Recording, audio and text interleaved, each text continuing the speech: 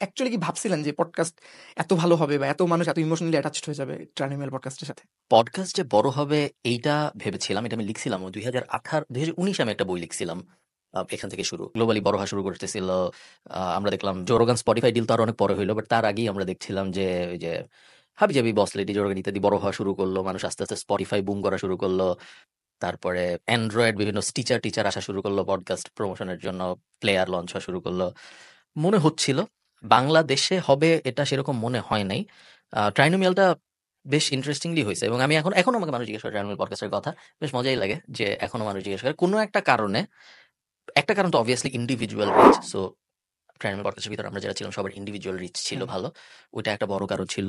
খুবই ছিল পডকাস্ট, যেটা one of the reason is probably যে কারণে আমরা কন্টিনিউ করতে পারিনি। অত না থাকলে হয়তো কন্টিনিউ করা যাইতো। এবং পুরা ব্যাপারটাই একটা বেশ একদম মানে জোক হিসেবে কোনো পরিকল্পনা ছাড়া কন্টিনিউ করার কারণে আই থিংক অনেক মানুষ ওই কারণে রিলেট করতে পেরেছিল।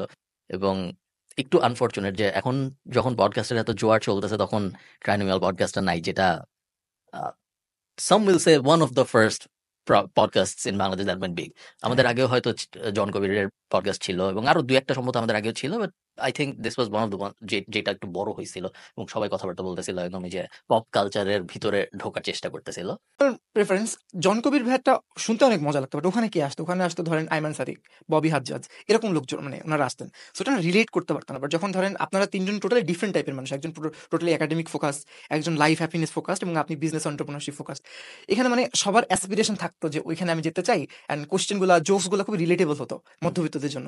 I think that is one of the biggest reason, যেটা কারণে আমি অ্যাজ আ ভিউয়ার খুব কানেক্ট করতাম। অ্যান্ড যখন আপনার একটা ব্রেকের পর আবার আসলেন, তখন তো লাইক মানে জাস্ট একটা পডকাস্টের জন্য এত, মানে আপনাদের গ্রুপটাতে আমি ছিলাম, এত মানুষ পোস্ট করবে এটা আমি আসলে ভাবিনি। হ্যাঁ, আমিও ভাবিনি যখন বন্ধ হয়েছে তখনও এত মেসেজ আসবে, এগুলো ভাবিনি। আমি আমি সাদমানের সাথে আমার কথা একটু কম হয়, এনাদের সাথে কথা একটু বেশি হয়।